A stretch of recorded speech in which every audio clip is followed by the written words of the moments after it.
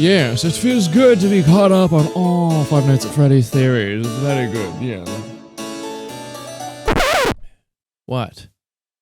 There's more? That is going on, dudes. This is VaporTheGamer, and welcome back to another FNAF reaction. We are not caught up on FNAF theories. So with Matt Pat uploading his little Ultimate Timeline series, which so far is really informative, really interesting. I'm digging it.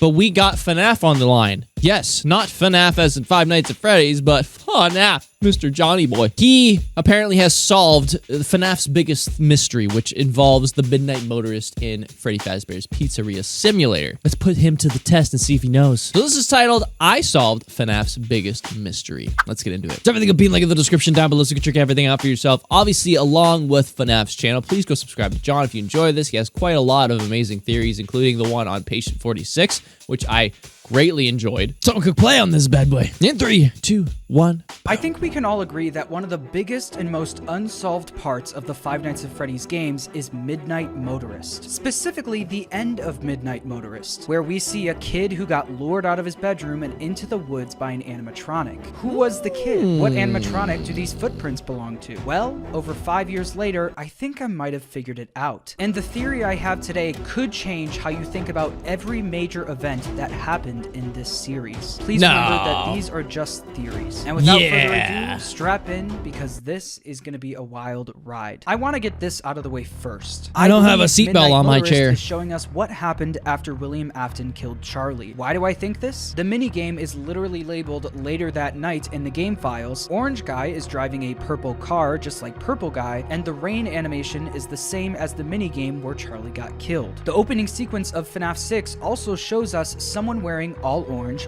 all purple, and all purple with an orange tie, indicating to me that they're interchangeable. But the one thing that intrigues me the most about this minigame isn't the orange guy or what happens before that, it's the unmarked pile of dirt in the clearing. That mound of dirt has always bothered me. Why create a secret pathway to an area that just has a mound of dirt on it? Well, if you're a hardcore fan of FNAF, you'll know that this isn't the first time we've seen an unmarked pile of dirt in this franchise. In the Twisted Ones novel, the Twisted animatronics are known for burying themselves during the day so they can come out at night and capture kids, which could line up with what we see in the minigame. The Twisted animatronic climbs out of the ground, goes to the house, I have to lures read the it. child out of his room and abducts him. But there's one big problem with that. The Twisted animatronics don't show up in the games. Before I scrapped the idea, I decided to look at the Ultimate Guide and see what its interpretation was of the unmarked pile of dirt in the clearing, and to my surprise, the book was thinking the exact same thing as me. Quote, other theories have popped up around the secret grave in the clearing, with many fans linking it to the Twisted Ones novel, who would bury themselves to hide during the day. The fact that Scott put this theory in the book made me think that I wasn't as far off as I thought. The character encyclopedia even calls out this specific event from that book. Quote, Twisted Freddy is uncovered buried in a backyard. He kidnaps Charlotte Emily from her childhood home, which has been destroyed by a tornado. So then I got to thinking, if a Twisted animatronic is responsible for the ending of Midnight Motorist, what animatronics are the in-game versions of the Twisted animatronics? Well, the Twisted animatronics are known for using illusion discs and capturing kids in their stomach hatches. So what is the one animatronic that we think has an illusion disc on his chest and that is built for capturing kids in their stomach hatch? Funtime Freddy. There's no way that Funtime Freddy was the one that captured and killed the crying child. Right? At this point, I know there's people screaming at their screens right now saying, it doesn't matter who killed the crying child, how could the crying child die twice since we see him die in FNAF 4? And also, there's no way that a random character like Funtime Freddy was the one that captured and killed the crying child, right? Well, I decided to look into it a little bit more just for fun, and hang on to your seats. Something that I tried to do when researching this theory is understand the context of when this game came out and what we knew at the time. Sister Location was released in October 2016. The Twisted Ones was released after that in June 2017, and FNAF 6 was released after that in December 2017. I can only assume that the story for the Twisted Ones was being developed simultaneously with the release of Sister Location. So in that context, everything checks out. So what about the context of what we see in the games, especially of Funtime Freddy? Well, let's first look at his blueprints. In Sister Location, we were given blueprints for the 4 main animatronics: Baby, Ballora, Funtime Foxy, and Funtime Freddy. This is something that Scott has never put in a game before, so there had to be a reason for it. But for the most part, nothing really stands out, except for Funtime Freddy's and Babies. In Funtime Freddy's and Babies blueprints, you can see a kid captured in their stomach tank. But this isn't something new. Obviously, we see Baby capture and kill Elizabeth in her 8-bit minigame. But Funtime Freddy having a kid captured inside his stomach is interesting. This never really pays off because we never get to see him capture a kid. No. Or do we? One of the main features of Funtime Freddy found in the blueprints that is only listed on his is voice mimic / luring. What if Funtime Freddy was the one who lured the crying child out of his room in Midnight Motorist? Need more proof? Another thing I decided to look into was Funtime Freddy's voice lines, since characters' voice lines have been pivotal over the years for figuring out what's going on. So let me play a few of Funtime Freddy's from Sister Location. Knock, knock, anybody home? Oh, birthday boy!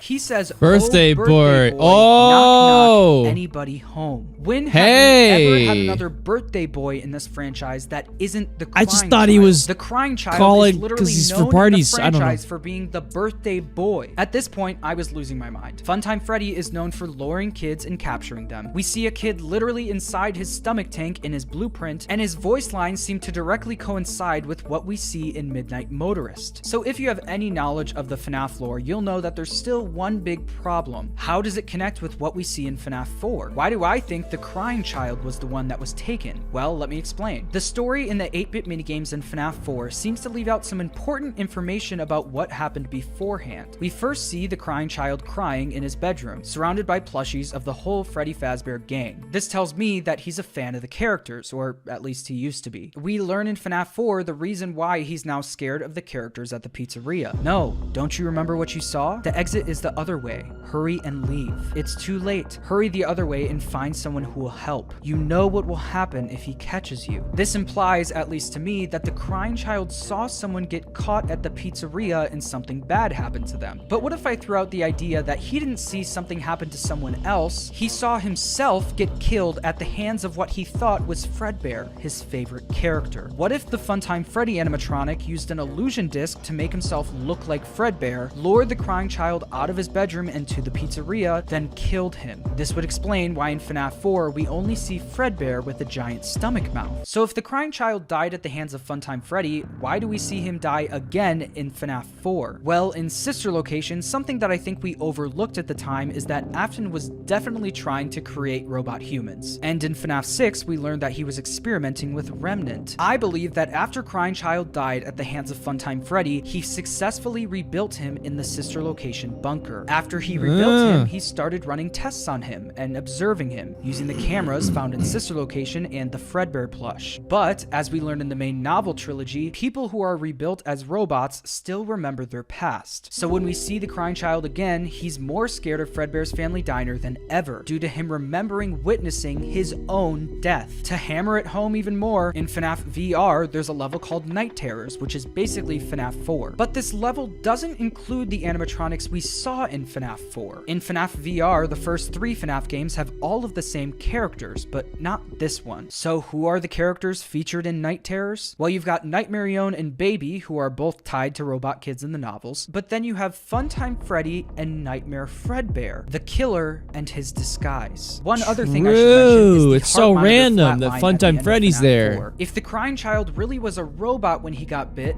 why would he have a heartbeat? In Pizzeria Simulator, we play as Michael Afton, the crying child's older brother. We know at this point that Michael is basically a walking zombie whose insides have been scooped out and replaced with Remnant and all of the Sister Location animatronics. The Sister Location animatronics then left his body, but he still lived. And if we really do play as Michael in FNAF 6, there's an Easter egg where you can sometimes hear his heart beating during the salvaging section.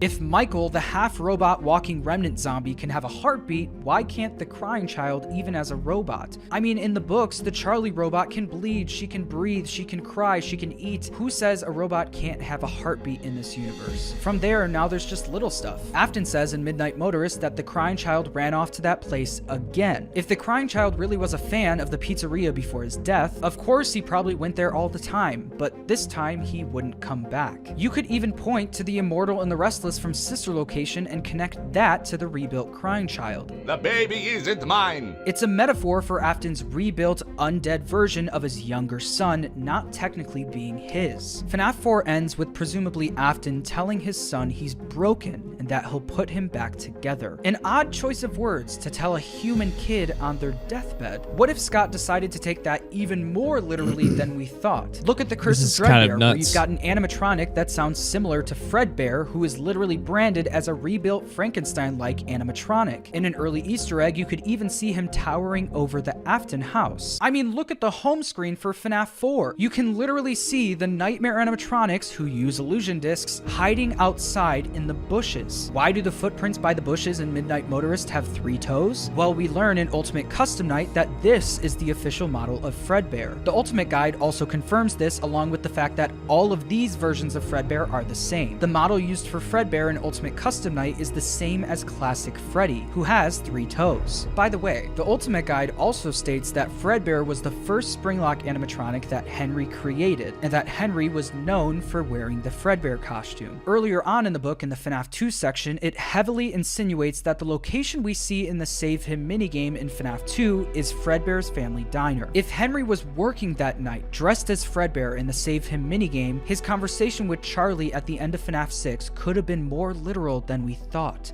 I should have known you wouldn't be content to disappear. Not my daughter. I couldn't save you then, so let me save you now. I couldn't save you then, so let me save you now. When trying to think of other potential problems with this theory, I couldn't help but think of the Happiest Day minigame from FNAF 3. This is said to be the minigame where the puppet finally frees the crying child's soul along with the other kids. Honestly, before looking into it, I thought this would ruin the theory. But is this really the crying child that we see in FNAF 4? Have we ever really stopped to think that this could be another kid, possibly Cassidy possessing Golden Freddy? Let's look at the evidence. In the Ultimate Guide, it never specifies who that child is in the Happiest Day minigame. They just call the kid a gray crying child. In the character encyclopedia, the pages for the puppet and for Charlie both never mention the crying child when talking about the Happiest Day. And possibly the biggest piece of evidence is on the crying child's page in the encyclopedia. He is not listed as appearing in FNAF 3. This book even has a whole page dedicated to the shadow puppet, who appears once in the entire franchise in the background of the FNAF 3 minigames. But one of the most important characters in this franchise, who's believed to be in FNAF 3 for 8 years now, is not listed. If you get the bad ending in FNAF 3, you see 5 animatronic heads all still lit, symbolizing that their spirits are still trapped. This includes Golden Freddy in the back. But when you get the good ending and all of their lights go out, the Golden Freddy heads don't. It's actually not even there anymore. This is confirmed in the Ultimate Guide. We learn from the character encyclopedia that Charlie, aka the puppet, decided not to move on after the Happiest Day because Afton was still out there and souls were still trapped. I believe the soul inhabiting Golden Freddy in the Happiest Day chose to do the same. That's why we don't see Golden Freddy or the puppet in the good ending. We do learn in Ultimate Custom Night that the vengeful spirit refused to move on after FNAF 6 to keep Afton in purgatory. He tried to release you. He tried to release us. But I'm not gonna let that happen. I will hold you here. I will keep you here. No matter how many times they burn us. This would match up with not wanting to move on in the Happiest Day. So how does this fit into the timeline? The only way this could work is if the Funtime animatronics were around earlier than we thought, and I believe that to be the case. In Night 4 of Sister Location, Baby traps us inside a Springlock suit from her old pizzeria, but it seems to also be a Funtime style suit due to the faceplates on the front. So that must mean that the Funtime suits were around before the Springlock suits got decommissioned. The Ultimate Guide insinuates that Charlie was the first victim of William Afton, and I believe that to be the case. If my theory ends up being correct in any way, that would mean the crying child died the same night as Charlie. So what was Afton's motivation for creating the deadly Funtime animatronics before anyone's even dead? I have a suspicion that his wife's death might have played a role in this. Maybe he was so upset that he started drinking and became an abusive father and eventually a killer. But ultimately, I'll admit, it's impossible to figure out. He could have just been a killer to be a killer. Sometimes there is no reason. So if the crying child was rebuilt, rebuilt,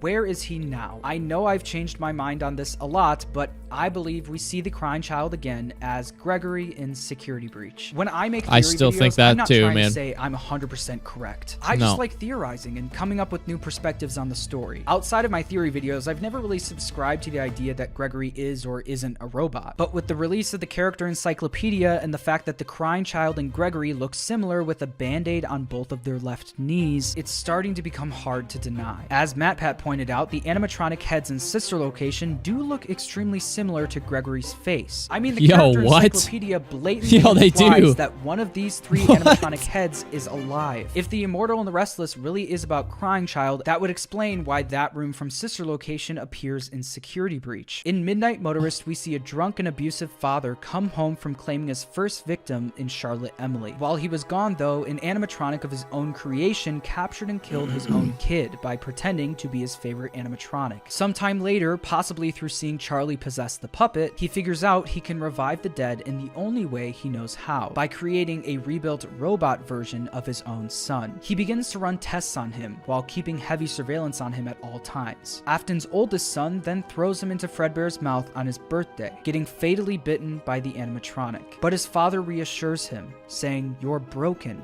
I will put you back together." In the interview Scott had with Dawko, he mentioned that he imagined FNAF as a trilogy, and then kept it going from there, expecting every game to be his last. When it came to FNAF 4, he said he wasn't satisfied with it because the story he told was too vague, so he made Sister Location. I believe he took the vagueness from FNAF 4 and ran with it, creating a, quote from Scott, almost too sci-fi FNAF game. And this was my almost too sci-fi FNAF theory. I hope you enjoyed, and thanks for watching. Bro, that was mint. Why? That was great. I never really put 2 and 2 together with Funtime Freddy, because when we played FNAF VR, there was that Night Terrors game, and Funtime Freddy was there, and I had zero idea why. What the hell is he doing there? He's not even any part of this game. Like, maybe, you know, FNAF 4 animatronics, obviously, like Nightmarian and Red Bear or whatnot, but Funtime Freddy? The fact that he has voice mimicking and is able to open his stomach to lure a kid inside with, you know, those blueprints. And he has that luring effect that he could use where he can actually, you know, mimic an animatronic of some sort and lure them out. So that I would understand why he's in the Night Terrors, because he's absolutely terrified of Funtime Freddy, including the faces that are in the bunker in FNAF's sister location, how one of them was alive, and they look actually so similar to Gregory's face. Like, what? Dude, he's actually really good at what he does, and John, you need to continue doing theories because you are a boss at searching and coming up with these and convincing me, out of all people. You've convinced. Well, guys, that was my reaction to FNAF's I Solved FNAF's Biggest Mystery. I hope you guys enjoyed. Let me know what you guys think in the comment section below, and if you agree with me on some things, or if you have any other theories of your own or points that you want to add to this, put in the comments down there as well. And everything will be linked in the description down below so you can check everything out for yourself, obviously along with FNAF's channel. Please go subscribe, put the bell notification on so you can get notified for when new theories come out, and also subscribe to my channel and put the bell notification on so you can get notified for when I react to more things or play some more FNAF or more FNAF stuff. So like it if you enjoyed, subscribe for some more videos, and I'll see you in the next one. So bye.